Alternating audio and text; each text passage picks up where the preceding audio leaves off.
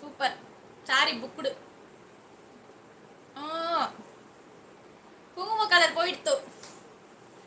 யார் எடுத்தவங்க? நல்ல கலர் மேம். யாரோ எடுத்தவங்களுக்கு ஜாலி.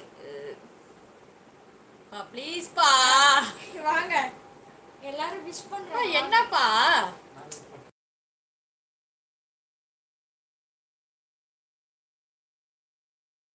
இந்த சாரி பர்பிள் கலர் இதே மாதிரி.